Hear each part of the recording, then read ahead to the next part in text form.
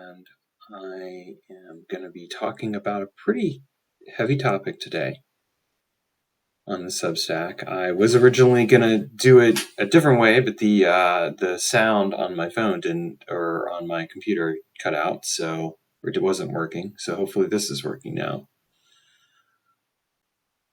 Welcome, Jamie. Glad to have you here. Welcome, Sheena. Sheena, can you confirm that you can hear me? That would be helpful before I continue onward. Okay, great. Technical difficulties have been overcome. So today I'm going to talk about something that I learned about in the last few days that I think many of us have learned about. CNN released a report recently about the Rape Academy. This is about 1,000 men who were on a Telegram group who were swapping tips and suggestions and ideas on how to slip date rape drugs to their wives and basically rape them in their sleep. And then apparently a lot of them were uploading, if not all of them, were uploading this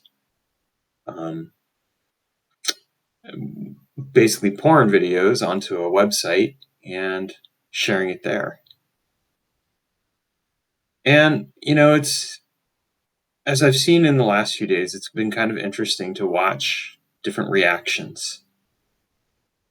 A lot of people, most people are understandably upset.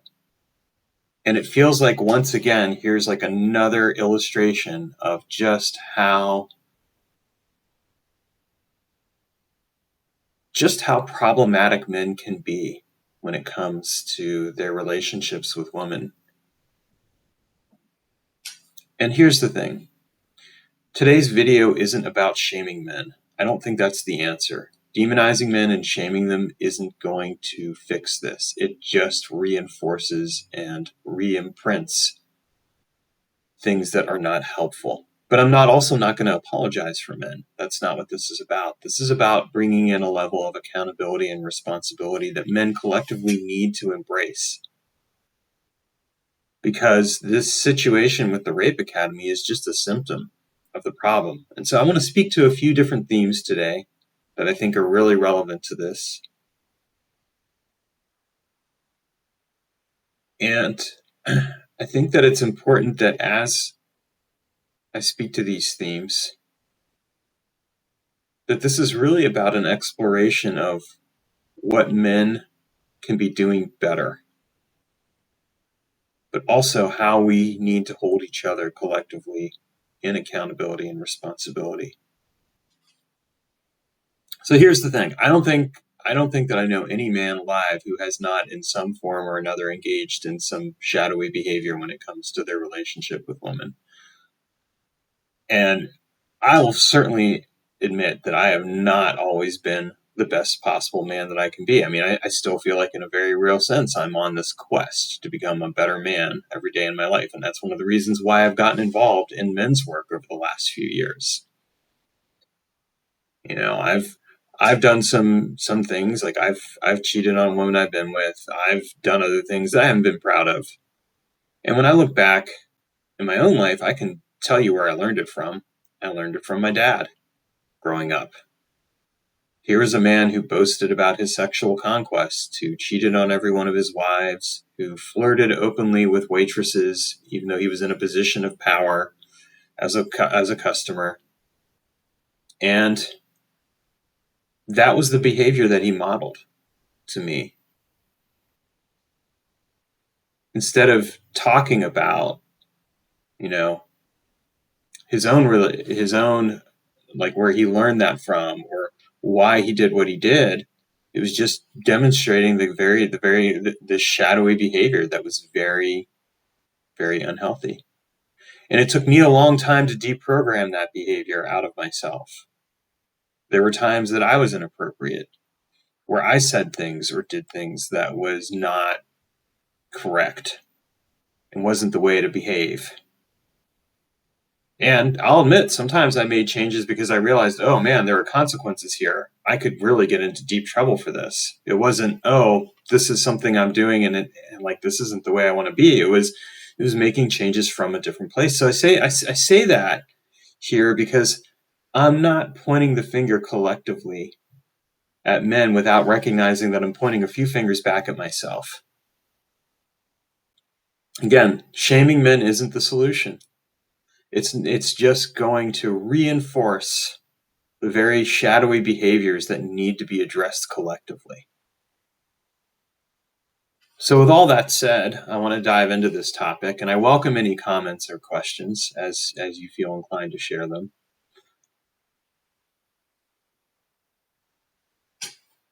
First of all, I just want to note that this news story, talking about this situation where we have 1,000 men who are basically exchanging tips and everything else, it speaks to a collective shadow around masculine sexuality and the conversations that aren't had around that by men with each other than in forms that are often immature and unhealthy. If we really want to look at it, this behavior is just another example in some ways of locker room talk. Like when men are in locker rooms and they're talking about, they're making sexual jokes, misogynistic jokes. They're talking about their conquest or anything else. In a very real sense, this is an iteration of that. It's a much more shadowy iteration, and yet there's the same shadow there. There's this collective shadow that is not being fully explored or spoken to. And although there can be men who would say, like, I'm a good man, I wouldn't do anything like that, that's great. And are you speaking up about it? Are you saying, like, hey man, that's not appropriate behavior. I don't want to hang out with you, and I don't endorse the way that you're behaving. Or anything along those lines. Like, in a very real sense, this latest situation is just another call for men collectively to step up and start holding each other responsible, to start speaking to, how are we discussing the topic of masculine sexuality? How are we talking to the subject about how men treat women? How are we speaking to these things? But also, it speaks to something else. And this is an angle that I haven't seen talked about as of yet on the collective social media. Like, I've seen people post on Instagram, certain things, but what I haven't seen addressed is what I'm going to call the shadow brotherhood of men. So I talk about brotherhood sometimes on here. I think that brotherhood is a very important element of how men hold each other accountable and responsible. And being in men's work, I can genuinely say that one of the reasons I've become a better man is because other men have basically held the space where they have lovingly, but also very firmly, called out certain behaviors that they've seen. I remember one of the most powerful experiences of my life was when I was at a men's weekend retreat, and I stood up and I shared basically all the shame and guilt that I carried in my life around things that I had done. And as I was speaking to it, one of the men said to me, he's like, you're seeing the impact on yourself. He's like, but what about the impact on your ex-wife? What about the impact on your stepchildren? What about the impact on these other various people? And although I knew that impact on a level, it wasn't until it was called in that I could really step into it and say, like, yeah, wow, here's all the ways that I've impacted these people. And I'm not proud of it. I feel a deep shame and guilt and regret around my choices. It called me into awareness about who I was and how I was showing up as a man, and the fact that I didn't want to show up that way anymore in the world. And so this situation right now that's in the news is another example of that. But it's a collective example.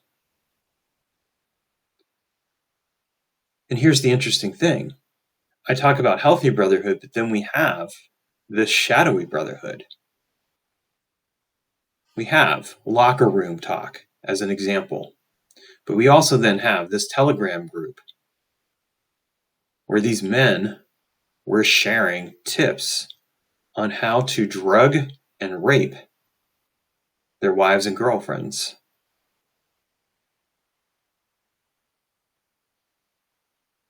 And then later on taking videos and sharing that on a porn website. I want you to really sit with that for a moment, because there was a kind of collective brotherhood of sorts, but none of these men were holding themselves or each other accountable.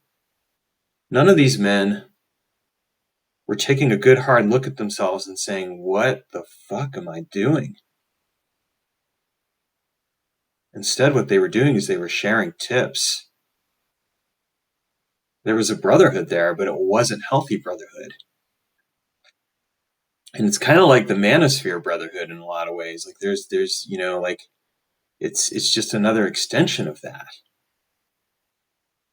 There's this really just this shadowy misogynistic behavior that's kind of like, I'm owed and entitled to something. I'm owed and entitled,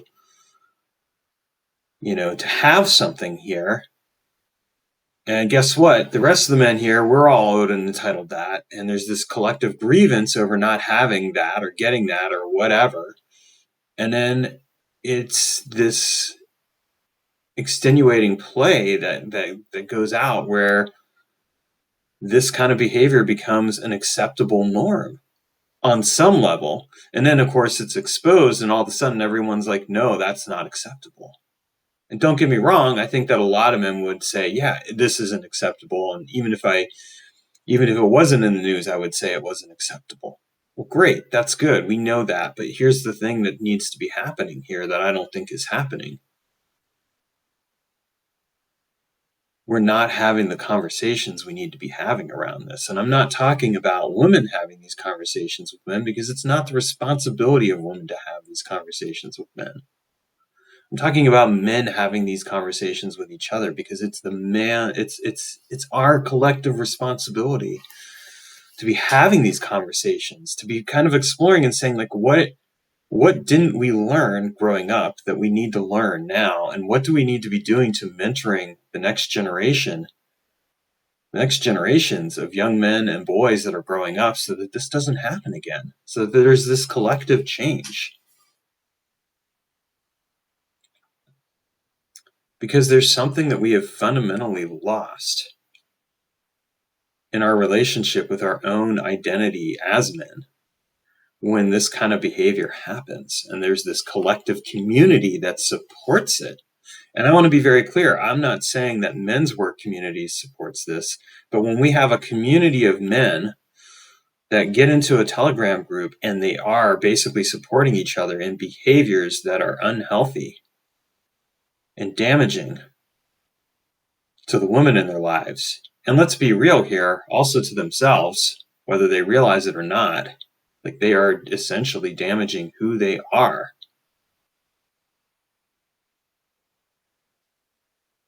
There's something that needs to be addressed there. What didn't these men learn? And again, I'm not apologizing for them, because there's no apology here that could be offered for that, for the behavior here. And what I really want to know is, like, what can we do to make sure this never happens again? Because here's the reality, it will happen again. It may be happening right now, in all honesty, somewhere around the world. And that's not something I really want to support. It's not something that I ever want to see out there. And the answer is that men need to be starting to have these conversations. They need to be taking collective responsibility for themselves, for ourselves.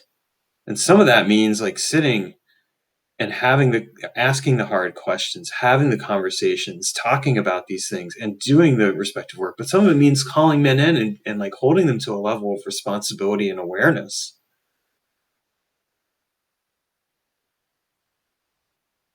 Being like, well, what does it mean to be a better man? What does it mean to become the best possible man? I mean, this is one of the things that I work on with my clients. When I talk about working with submissive men, which is which are the men that I typically tend to work with.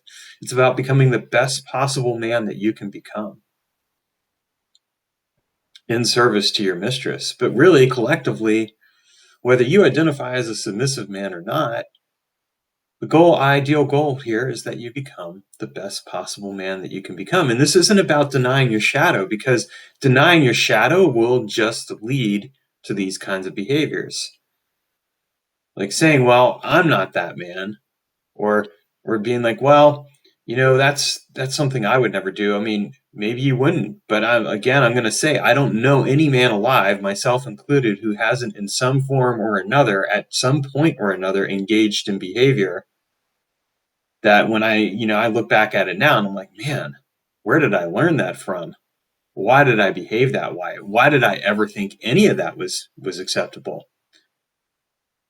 And I mean, to be clear, I've never raped anyone. I've never done anything along those lines, but that doesn't let me off the hook.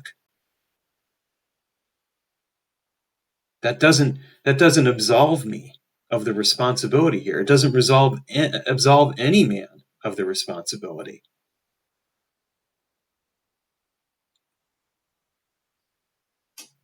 And this is part of what we as men need to collectively sit with. Is this who I really want to be? Is this something that I'm endorsing, even in a way where I'm just staying silent because I don't want to have that uncomfortable conversation or say, yeah, this is something that makes me feel really uncomfortable because I see the shadow in myself, and I also see the shadow in other men, and I realize that maybe I could be doing more. Again, I'm not here to demonize or shame other men. I'm not here to demonize or shame myself, but this is really about calling things into accountability and to start having these conversations that matter. Right now, I'm being a talking head for the moment, but really, I would invite any man who watches this, whether it's now live or on YouTube or as a recording later on, to feel free to reach out and connect.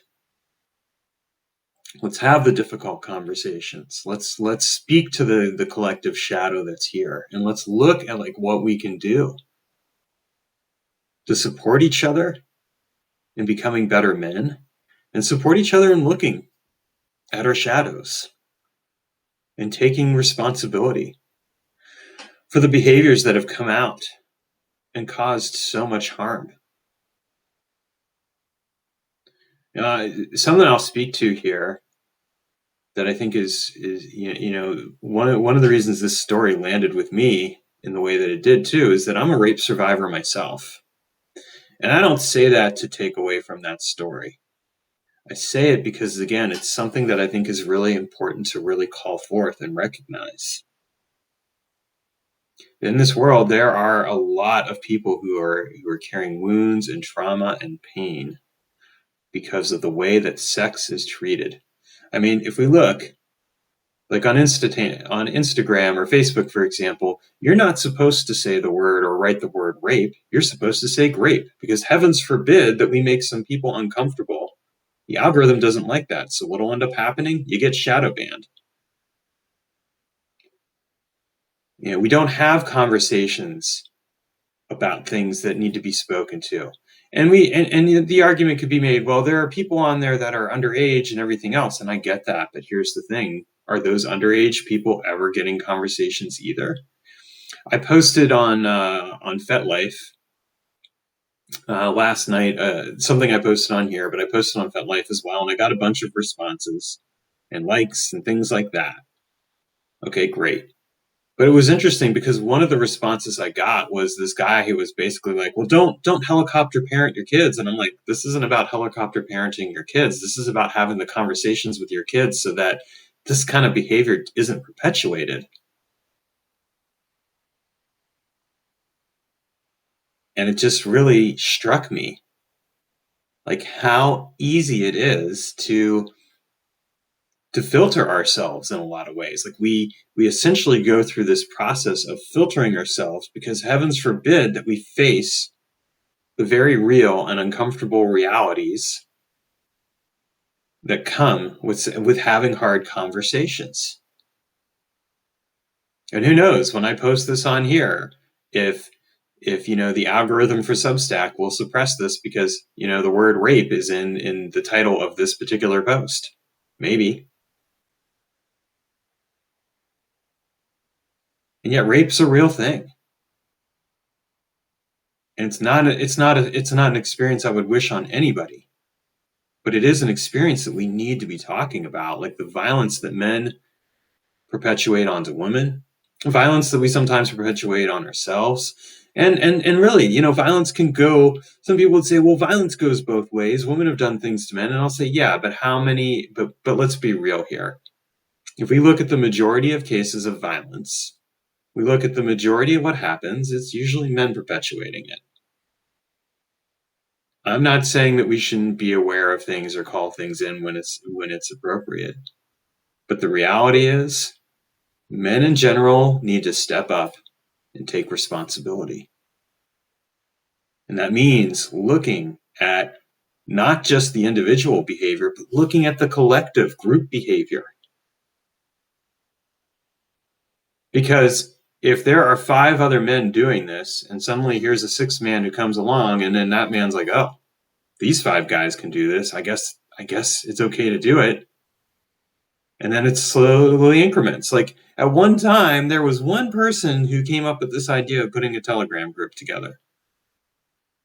Maybe he talked about it with a few friends, and all of a sudden it was a little community, and they're egging each other on and supporting each other. Then it grows larger and larger and larger. Do I think that these 1,000 men personally knew each other? Probably not. Maybe that was the only intersection point that some of those men had. And yet something told them it was okay and acceptable to engage in this kind of behavior. It wasn't just something within themselves. It was seeing a collective mirror that said, this is okay. This is acceptable. I can say that one of the benefits of men's work that I've experienced is a feeling of I'm not alone. I think it, under most contexts, is positive.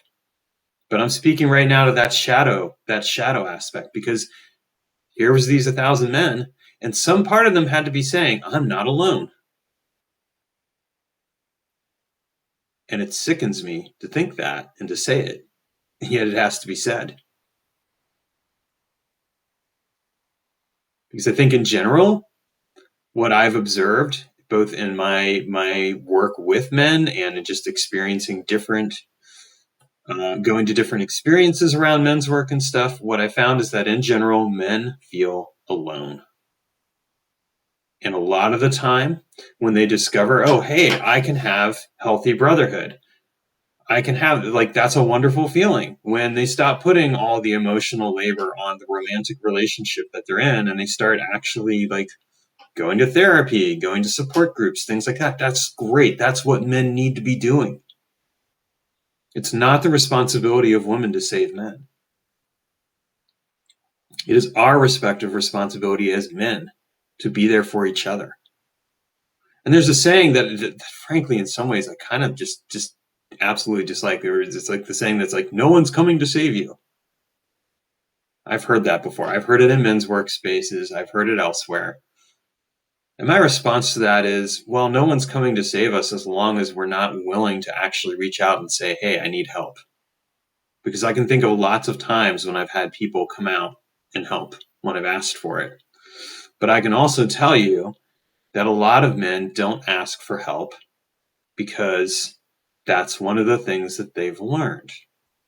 So when we suddenly have this sense of brotherhood of like, oh, I'm not alone and hey, I can get help or whatever else, in general, it's a positive thing. But in this specific circumstance, it's not. These men may very well have been feeling alone. But what they did, instead of doing the necessary emotional labor and work, instead of taking the time to really take a good, hard look at themselves and say, how can I become a better man? They went in the opposite direction. and they normalize this behavior for themselves and each other.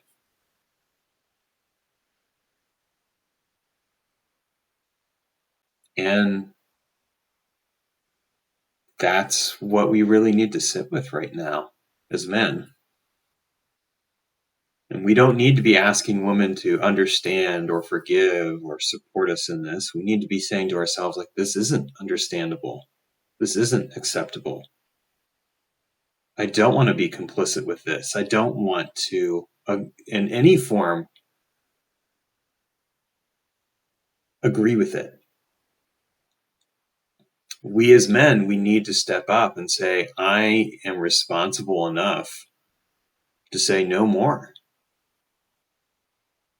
And not only no more in regards to myself, that's great, but no more to other men. We need to be willing to have these hard conversations where we say, where if a man makes an off-color joke, the other men in the room say, whoa, that's not acceptable. That's not acceptable. You need to educate yourself. We're here to help you educate yourself. We're here to help you with that process, but we're not going to tolerate it. We're not going to rubber stamp it and say, that's okay. Because that's not the kind of behavior that should be acceptable. And as long as it's modeled in any way, shape, or form as acceptable, in even the slightest of ways, this is what it leads to. It leads to this collective shadow that I'm talking about here. So think about your own. If you're a man right now, I want you to think about this. Think about your own childhood. What did you learn about how to treat women from observing your dad or observing other men around you? And sit with that for a moment and ask yourself, is that who you want to be? Like, I can look back now and I can say that, as a kid, I didn't know any better. I didn't know any better. What my dad modeled to me was not acceptable, but I didn't know any better. But as I became more aware, as I gradually figured it out, sometimes, as I said, from self-preservation, and sometimes eventually from a place of like, I really just don't want to be this person. I want to be a better man. I changed the way that I behaved. And let me be clear, I'm not perfect. I make mistakes. But I'll tell you one thing, I don't walk through life wondering if what I'm saying to a woman is appropriate or inappropriate. I know what's appropriate. I know what's inappropriate. I know when treatment of her is inappropriate. And I don't act that way. I've changed that about myself. So I know it's possible. And here's the thing. I also know it's possible when other men when we as men hold ourselves and each other accountable. Like I said, when I got up, and this was 2023, so it was about 3 years ago when that story I shared earlier, when I got up in front of all those men and shared my story of shame and guilt over things that I had done. At first the focus was, oh my gosh, like this is what I did and it changed my life. I lost everything, blah, blah, blah, blah, blah. And I am so thankful to the man who stepped up and said, yeah, I see that it had an impact on you. And what about the impact it had on your ex-wife? What about the impact it had on these other people? What about that impact? That's what we as men need to hold. And we do, at the same time, I do want to be clear, we do need to recognize the impact on ourselves, because there is, when a person harms somebody else, they are also harming themselves. They may not think of it in that way, they may not realize it, but there is a level of self-harm that is going on. So there is that thing that needs to be recognized. But it needs to be looked at beyond that. And that's why this is an opportunity for men to step up and say, yeah, not only would I not do that, but I am going to step up and speak up and be brave and address the collective shadow.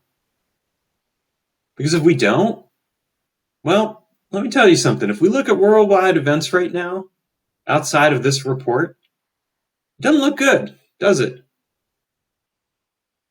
I mean, in my opinion, we're basically like pre-World War III. Sorry if you don't want to hear that, but it's true. And why is that? Well, it's not too hard to put the dots together, but I'll just tell you a lot of it is this collective shadow of masculinity that's like, oh yeah, we have to go out there and do all these things because somehow we're compensating for some deep wounds within ourselves that makes it right. I mean, that's what we're really dealing with here. Our wounds are not our identity. Something that my mistress said to me the last time I got to see her in person is she said, I want you to remember that your trauma is not who you are. Because as she's gotten to know me, she's learned. I mean, I grew up under fairly traumatic circumstances. And that doesn't have to define who I am. And it doesn't define who I am most of the time. There are occasions where it does, and she's seen that. And here's the thing, I don't want her to have to do that work for me. I mean, I appreciate it. I appreciate that she can hold that space and hold me. And I am so grateful to her for it. And I don't want her to have to do that. And that's one of the reasons I do all this work that I do on my end. Because what I really want, I don't want a trauma bond. I want a relationship. I want a connection. I want intimacy. And that doesn't happen until we do this work. And this work doesn't really happen on our own. And I can say this as somebody who'd done a ton of internal work over the years. I mean, I sometimes worked with therapists, but I didn't really get into the true transformation until I sat in a circle with other men and I started to realize, yeah, I'm not alone. And here are these men who are living a better life and I can do the same thing. That's the gold. The shadow is I'm not alone and I can do the same thing as these other men. And maybe I won't feel as ashamed for what I'm doing to my wife or girlfriend because, hey, we're sharing tips and we're having a good time exchanging jokes and all that shit. Don't be that man. Don't be that man. Because that's not the kind of man that I want to hang out with or be around or call a friend or a brother. It's not the kind of man that we need in this world. We need men who are brave enough to take ownership for the collective shadow. Not to demonize, not to shame, but to say no more. To say I can do better and we can do better. And if that's something that's important to you, I invite you to reach out and connect. Because the only way this is going to change is if we as men collectively do this work together. It's not going to happen on its own. It's not going to happen in a space where women are always having to call us in and say, do this work. Like, women are fed up and tired of this. They don't want to have to do that. And they shouldn't have to do it. And they aren't going to do it. And a lot of women have said, I'm done. I don't want to be with a man. And I don't blame them.